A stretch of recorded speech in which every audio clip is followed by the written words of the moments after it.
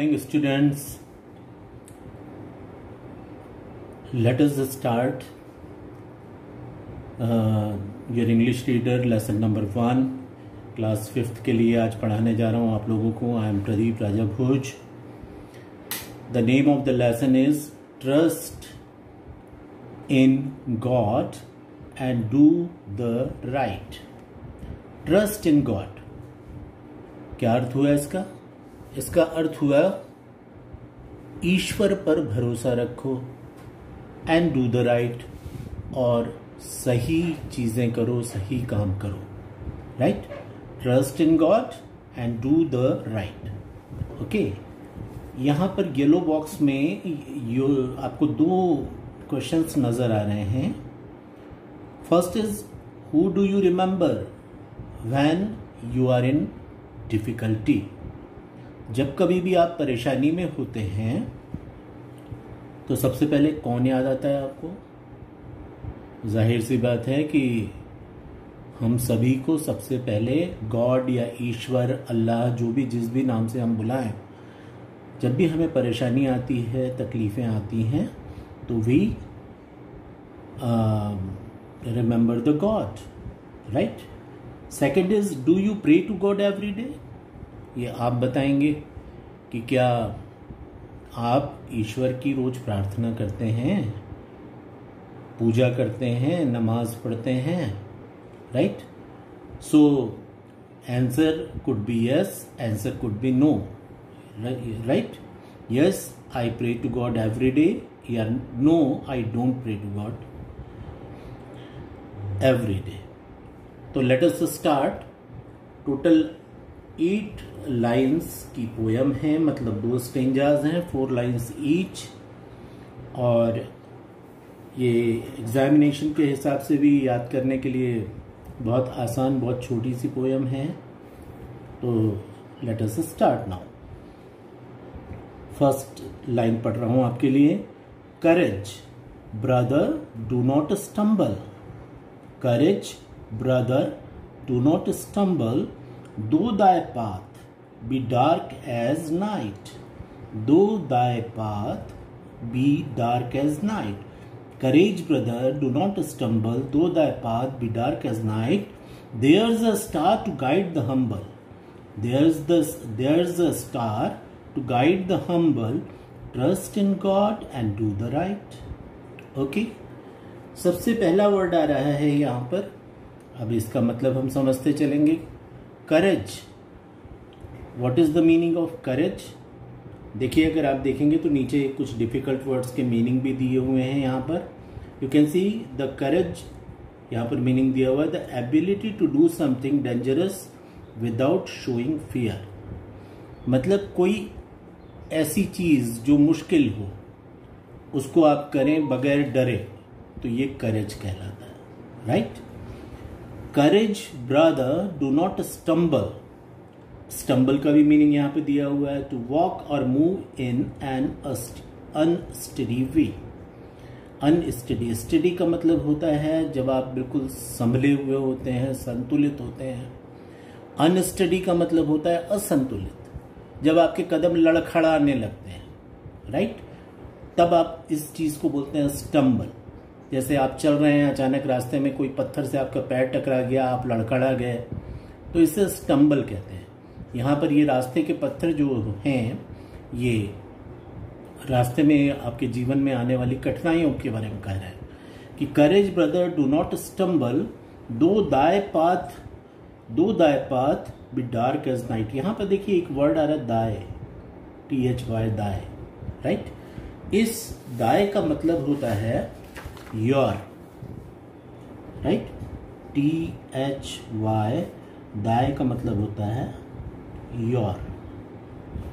ये जो old English होती थी उसमें इन शब्दों का इस्तेमाल होता था. आजकल नहीं होता. ये पोएम्स पुरानी लिखी हुई हैं, इसलिए इसमें ये शब्द आपको देखने मिल रहे हैं. तो एक नया शब्द आपको मिला, THY, दाय. दाय का मतलब होता है your. Though thy path be dark as night. अब 2 लाइनों का मतलब हम समझ लेते हैं कि courage brother, do not stumble, though thy path be dark as night. क्या मतलब हुआ इसका? इसका मतलब हुआ कि हिम्मत रखो और रास्ते में कितनी भी परेशानियां आए लड़खड़ाओ मत। Though thy path be dark as night, हालांकि तुम्हें अपना रास्ता एकदम अंधेरी रात के जैसा, राइट, जैसे आप अंधेरी रात में कभी चलते हैं तो रास्ता आपको सूझता नहीं है, राइट। तो रास्ते में आपके जीवन में आपको कोई रास्ता ना सूझे, कोई राह ना सूझे, इतनी परेशानियों में आप गिर जाएं, उसके बाद भी अपनी हिम्मत ना खोएं। Courage, right, courage brother, do not stumble though thy path be dark as night, there's a star, there's ये दो चीजों से मिलके बना होता है, कॉम्पैक्ट फॉर्म है। there's का मतलब होता है there is, right? There is a star to guide the humble, trust in God and do the right. यहां पर एक शब्द आया है humble, right? इसका भी आपको दिया हुआ है यहाँ पे मीनिंग, हैविंग ए मॉडेस्ट और low opinion of your own importance. जो लोग बहुत विनम्र होते हैं, पोलाइट होते हैं, उन्हें हम्बल कहा जाता है, राइट। जो प्रिविलेज्ड नहीं होते, जिनके पास बहुत ज़्यादा रुपया पैसा या कोई ताकत नहीं होती, वो बहुत हम्बल कहलाते हैं, राइट। तो there is a star to guide the humble, मतलब इस अंधेरी रात में भी ईश्वर ने ऐसे लोगों के लिए जो बहुत विनम्र हैं, जो बहुत ज्यादा परेशानियों में हैं, उनको रास्ता दिखाने के लिए हर एक के लिए एक सितारा बना रखा है। जैसे अंधेरी रात में रोशनी हमें किससे मिलती है? सितारों की रोशनी, आसमान से आने वाली रोशनी। Trust in God and do the right. और ऐसे वक्त जब चारों तरफ आप परेशानियों से घिरे हों, जब कोई रास्ता ना सूझ रहा हो, जो हर तरफ अंधेरा ही अंधेरा हो, तो बस ईश्वर पर भरोसा रखें, trust in God and do the right, और हमेशा जो सही चीज है उसका चुनाव करें, राइट। कभी भी गलत चीजों की तरफ आप न जाएं, राइट। ये इन 4 लाइनों का मतलब है। Let us read it again. Courage, brother, do not stumble, though thy path be dark as night, there's a star to guide the humble, trust in God and do the right. Right? तो यहाँ पर देखिए, ये जो आपको picture नजर आ रहा है, इसमें भी आप देख रहे हैं कि अंधेरी रात है, एक रास्ता है जो बहुत दूर तक जा रहा है, और वहाँ पर कुछ सितारे चमक रहे हैं रात को, जो आपको इस अंधेरी रात में भी रास्ता दिखाएंगे। ये जो सितारे हैं, ये प्रतीक हैं, ये सिंबल्स हैं गॉड की ब्लेसिंग्स का, राइट। ईश्वर आपको रास्ता दिखाता है। ओके, आई होप कि आप इसमें से समझ रहे होंगे। कोई डिफिकल्ट वर्ड यहाँ पे नजर नहीं आ रहा है। करेज का मैंने आपको बताया, स्टम्बल का यहाँ पे दिया हुआ है, पाथ, पाथ आप सभी जानते हैं, रास्ता, अ वे और track laid down for walking, पगडंडी जिसे कहते हैं, right. Humble, having a modest और low opinion of your own importance, right. और trust in God and do the right. तो ये पहले स्टेंजा है और 4 लाइनें थी इसमें। आई होप कि इसे तो बार बार पढ़ेंगे तो ये 4 लाइनें यूं ही याद हो जाएगी आपको। चलिए अब आते हैं अगले स्टेंजा पर, यानी अगली 4 लाइन्स पढ़ते हैं। Let the road be rough and dreary, let the road be rough and dreary and its end far out of sight, foot it bravely, strong और weary, trust in God and do the right.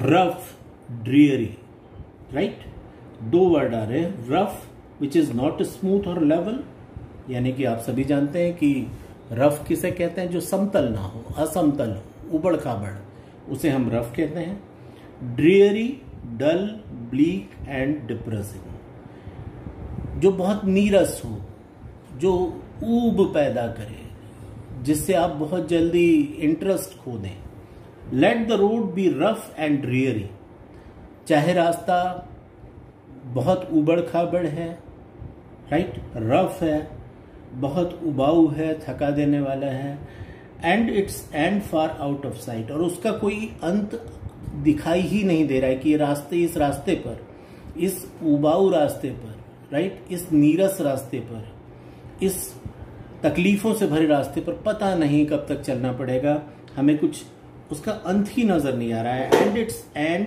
Far out of sight, foot it bravely, strong और weary, trust in God and do the right.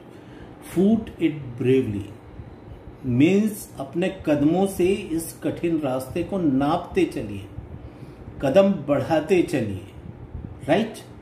Strong और weary, strong आप सभी जानते हैं, मजबूत, ताकतवर, आप इस रास्ते पर चले जा रहे हैं, आप बहुत मजबूत हैं, बहुत उत्साह से, ताकत से भरे हुए हैं, या weary, weary tired, right. Weary means होता है टायर्ड, एक नया शब्द मिल रहा है आपको। टायर्ड आपने कई बार यूज किया है, टायर्ड का मतलब होता है थका हुआ, राइट। इसके लिए एक दूसरा शब्द भी है वियरी, राइट। तो अगर आप बहुत मजबूत हैं, शरीर में ताकत बाकी है, या आप पूरी तरह से थक चुके हैं, टायर्ड हो चुके हैं, trust in God and do the right, फिर भी हिम्मत मत हारिए और अपने रास्ते पर आगे बढ़ते चलिए। हिम्मत मत हारिए और सही चीजें करते चलिए अपनी जिंदगी में, आप जरूर सफल होंगे।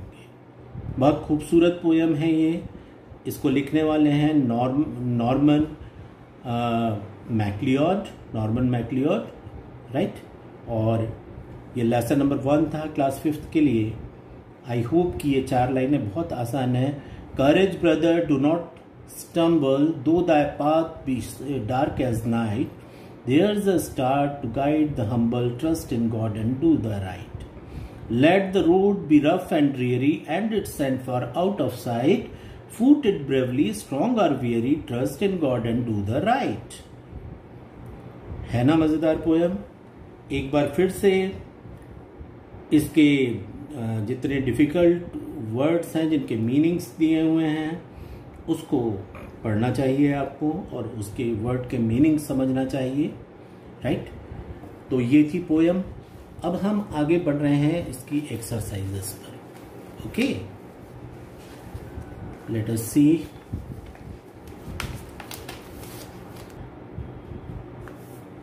पेज नंबर 2 एंड एक्सरसाइजेस यहां से शुरू हो रही है। Listen and repeat. ये जो एक्सरसाइज होती है ये आपके सही प्रोनाउंसिएशंस के लिए होती हैं।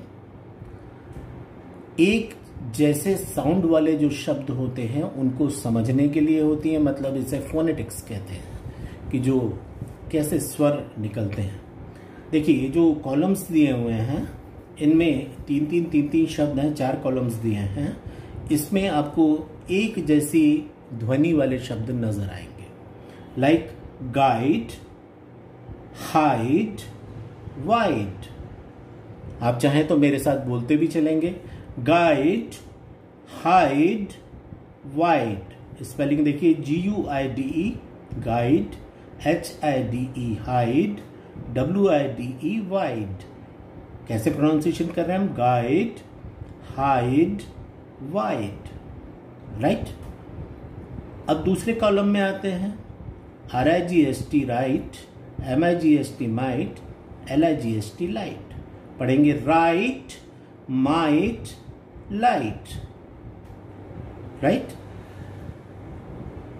तीसरे कॉलम पे आए तो देखिए HUMBLE humble, JUMBLE jumble, STUMBLE stumble, right. Humble, jumble, stumble, humble, jumble, stumble. चौथा कॉलम जो है वो इसमें भी 3 वर्ड्स दिए हैं, TRUST trust, crust, rust. TRUST trust, CRUST crust, RUST rust. इसमें देखेंगे आखिरी में UST कॉमन है, इसमें MBLE कॉमन है, इसमें IGST कॉमन है और इसमें IDE कॉमन है, इसीलिए स्पेलिंग्स एक जैसी होती हैं, राइट, और प्रोनाउंसिएशंस भी एक जैसे होते हैं। ओके, तो आई होप कि इसको आप अच्छे से करेंगे और ट्राई कीजिए। फिर मिलते हैं आपसे अगले सेशन में। Thank you all, thank you very much.